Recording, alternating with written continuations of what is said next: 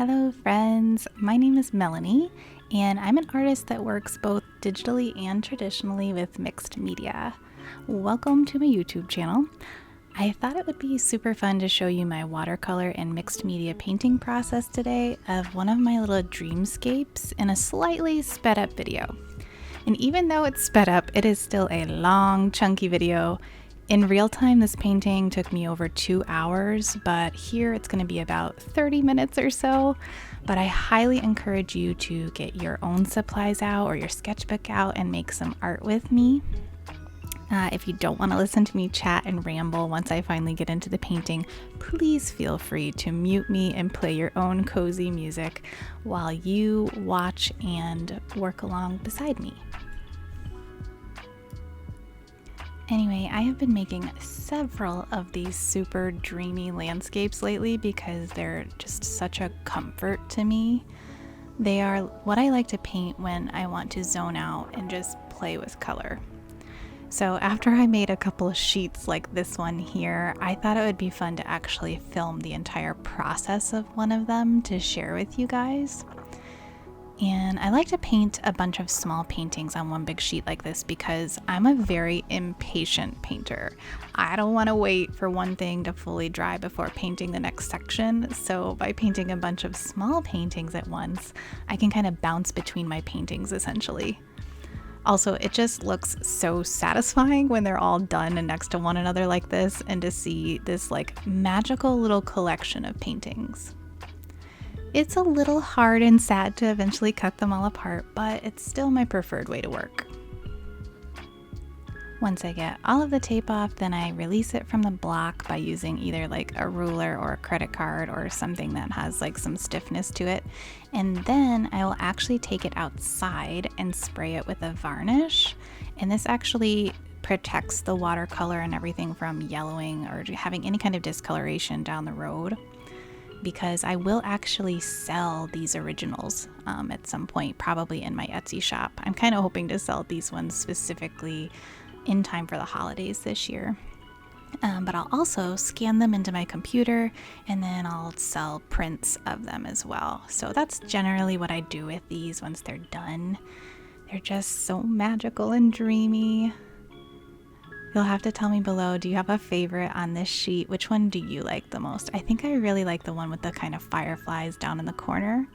But let's go ahead and jump into the painting that I'm going to show you today from start to finish. So here we go. Generally for these paintings, I am always working on Arches cold press watercolor paper. It's on a block, meaning that you have to actually release the paper at the end. It's glued down on all the sides to keep it from buckling as much. And then for paint, I use an assortment of paints. I actually have this like mega watercolor tin full of both pan paints and paints that I've kind of squeezed into little pans myself. But mostly I use Daniel Smith watercolors and then some from Prima Marketing Ink is what I think it's called. They might be slightly different now, but they have a lot of really cool pan sets that I've purchased quite a few of. My favorites being, I love their pastel, or is it their confection set? If you want to know specifically, I can let you know. But yeah, I use a huge assortment of paints. Same with my brushes. I'm not like loyal to one brand or anything. This brush here is a silver brush. I also use a couple of Princeton brushes, and then I use a ton of just off-brand cheapy brushes. Again, not loyal to any one brand. I just use whatever is suiting me at the moment for the size. So I'll use like a huge brush to lay down all of my water, and then my silver brush usually to put down the first initial color, and then I'll kind of get smaller and smaller from there if I want to be picking up less paint and less water. My absolute favorite watercolors are from Daniel Smith, and I know some people are going to ask specifics about some colors in this, I'm guessing. So for skies, generally, I am using Daniel Smith Moon Glow and Daniel Smith Amethyst Genuine. Those are two super fun, explosive colors that create these really deep, beautiful purples. I can definitely put links below to those specific paint colors that I use the most and love the most. They'll be affiliate links, so it's not going to cost you anything extra, but if you do purchase through those links, I appreciate it. And then if you do have any other specific questions about specific materials or techniques or whatever that I'm using or doing, you can always leave me a comment below and I will do my absolute best to get back to you. Okay, so enough chatting about supplies for now. I thought it'd be kind of fun to talk to you a tiny bit about my journey with watercolor because it was definitely not a straight, clear-cut path. I actually despised watercolor during my high school years because I couldn't control it, or essentially I didn't understand it. And I was fed all kinds of toxic ideas that real art was realistic art. So I thought I needed photorealism in my work to be good. And with watercolor, I could not achieve that at all. Now, just a side note here, there is absolutely nothing wrong with realism and realistic art. The people that can pull that off are amazing, but that was just not the fit for me. Thank goodness I have since moved far, far away from that style because it just doesn't suit me and my personality and what my mental health needs when I create. I want to create fantastical escapes and whimsy. I'm finally playing in my artwork instead of stressing through it. So I finally found my way back to watercolor as a much older adult when I needed an outlet from my photography and photo editing business. I purchased some cheapy watercolors and brushes and just started painting flowers first while watching YouTube and Skillshare. Eventually I found my way to Skillshare. I started getting way better, and then eventually I actually started selling my watercolor clip art in my Etsy shop because that was bringing me a lot of joy, and I thought, how cool would it be if I could actually open up an art business? So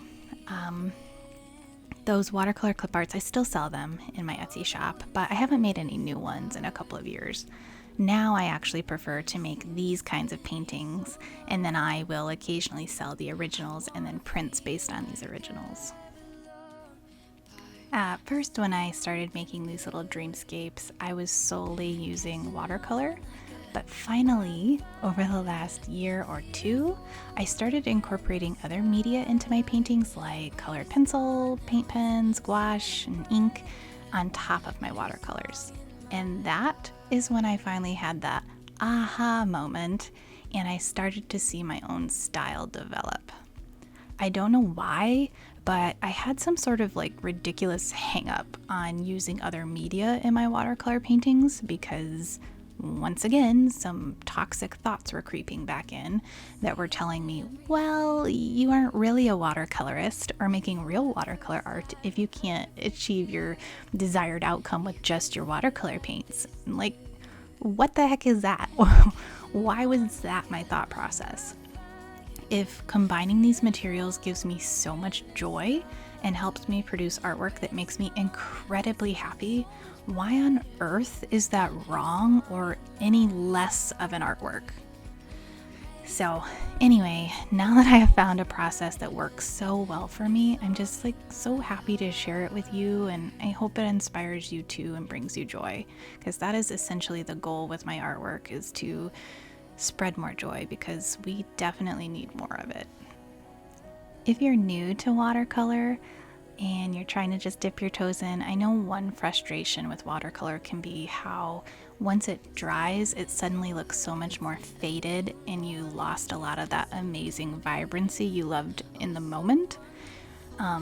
So my workaround for this is I kind of see the paper as like this hungry monster and you gotta keep feeding it. So you wait for the paper to absorb some of the paint and water, and then while it's still a bit wet, you keep tapping in a bit more pigment, and then a bit more, and then a bit more, and you're building it up until I can finally get a bit more saturation and color on that page. So that's what you're going to see me doing throughout this painting a lot, is I kind of let it settle and then tap more color in and tap more color in. And then this is again back to my point I was making previously. why I love adding colored pencil over the top so much. It makes me so happy because I love bringing so much of that whimsical color into my work, and that's how I can achieve it now. Is I can only get so far with the watercolor, and then once it's fully dry, I come back in with really vibrant pops of colored pencil over the top to pull out any areas that I want to make a little more interesting and colorful.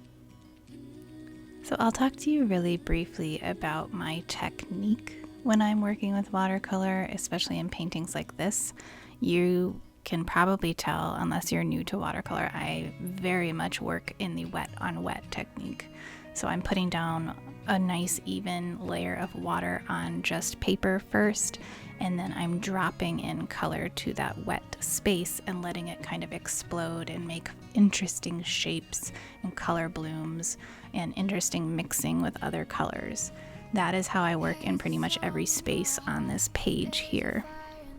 When it comes to these planets or moons, you will see my sky dried over the edges of those planets or moon shapes, and that's totally fine. I can actually soften those up with my brush, which is kind of what I'm doing here.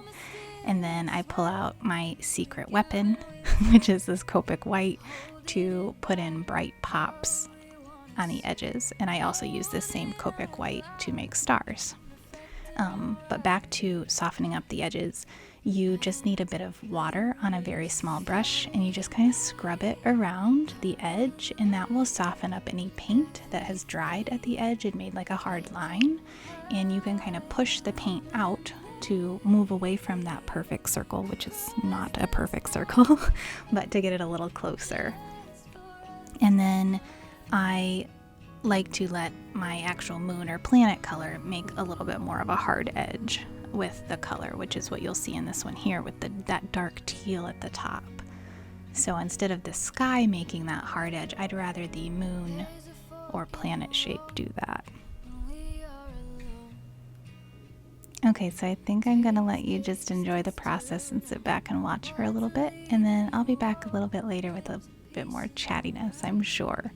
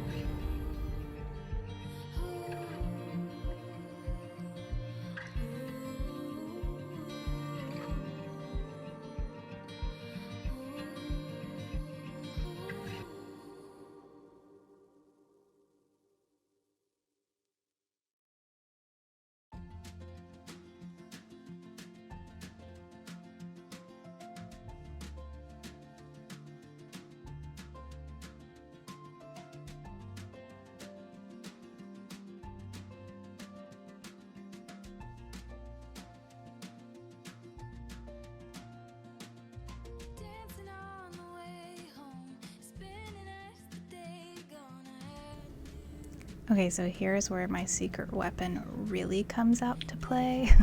It's this Copic white again, and I don't think I use this correctly or how other people probably use it, but I actually spray water into the little jar and then kind of mix it around to make more of a fluid consistency to paint my little stars and sparkles in with this little tiny detailed brush, which doesn't even have a brand name. I picked it up from Michael's years ago.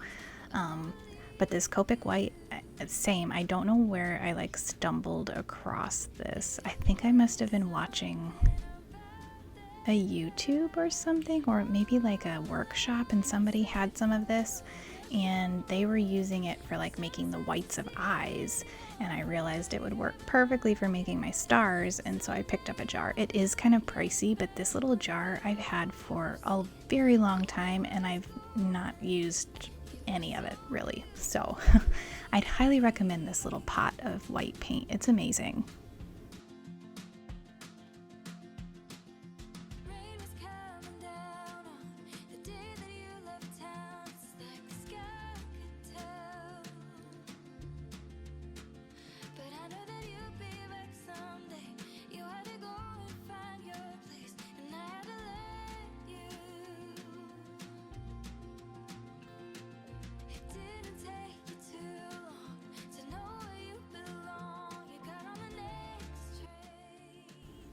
And then here is where I start to add in even more magic. I will go through and just pick out some colors that are very, very close to what's already in my painting generally. Sometimes I'll pick out pops of something that aren't in there at all, but I pick out some colors, sharpen them really nicely, and then I just go in and accent any areas that need a little bit more vibrancy and color. This pencil right here is a serious winner for my purple skies. Let me go figure out what it's called really quick. Okay, so it turns out this is actually kind of a vintage pencil. It's a Mongol from Faber, and it's now a part of Faber-Castell, but I don't know if they even make these anymore. But this color is called the Heliotrope, and it is so vibrant, and it really brings out the purples in my skies. I absolutely love it. This pencil was given to me from a family member a while back, and it has since become a go-to for me. So hopefully, if and when this gets all the way down to the bottom, I can find another one someday. As for the names and brands of all my other pencils, again, I'm not super loyal to any one brand or type. I have an assortment here, and that's because they were kind of given to me from various family members. This one here is a watercolor pencil. I have a ton of those, and then mixed in there are like some Prismacolors, and then apparently some vintage pencils I didn't even know about. So I will just continue adding in some interesting color and texture with these colored pencils, and then I like to use a white to kind of halo my stars a little bit. Once I'm done with a colored pencil, I will typically come back again with my Copic white to add in a little bit more sparkly detail here and there, and then this beauty is done. So if you've made it this far, I'm curious if you can tell what this particular dreamscape was inspired by. Can you tell what I couldn't stop thinking about when I made this painting? I'll give you, I don't know if I want to give you this big of a hint, but it's inspired from a movie. And if you know what it is, feel free to leave it down below, and it'll show me you actually made it this far into this painting video, and I'll be super impressed with you. And if you made it this far, go ahead and give this video a like and definitely subscribe, because clearly you like this kind of content, right? Anyway, I hope you enjoyed this and had a lot of fun. I think this is where I'll leave you. I will give you a final glimpse at the painting once it's all done here at the end. I appreciate you so much for watching this and being here. If you have questions, let me know. If you'd like to see more of these, let me know. Just, leave me some chatty comments down below.